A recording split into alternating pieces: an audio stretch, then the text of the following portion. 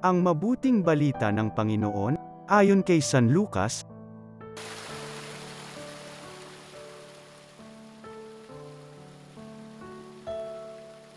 Noong panahong iyon, tumingin si Jesus sa mga alagad, at kanyang sinabi, "Mapalad kayong mga dukha, sapagkat ang Diyos ang maghahari sa inyo. Mapalad kayong mga nagugutom ngayon, sapagkat kayo'y bubusigin. Mapalad kayong mga tumatangis ngayon, sapagkat kayo'y magagalit. Mapalad kayo kung dahil sa Anak ng Tao kayo'y kinapopootan, ipinagtatabuyan at inaalimura ng mga tao, at pati ang inyong pangalan ay kinasusukliman. Magalak kayo at lumukso sa tuwa kung ito'y mangyari, sapagkat malaki ang inyong gantimpala sa langit, gayon din ang ginawa ng kanilang mga ninuno sa mga propeta.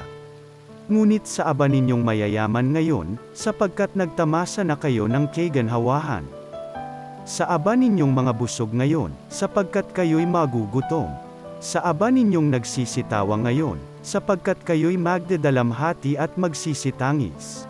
Sa aba ninyo, kung kayo'y pinupuri ng lahat ng tao, sapagkat gayon din ang ginawa ng kanilang mga ninuno sa mga bulaang propeta.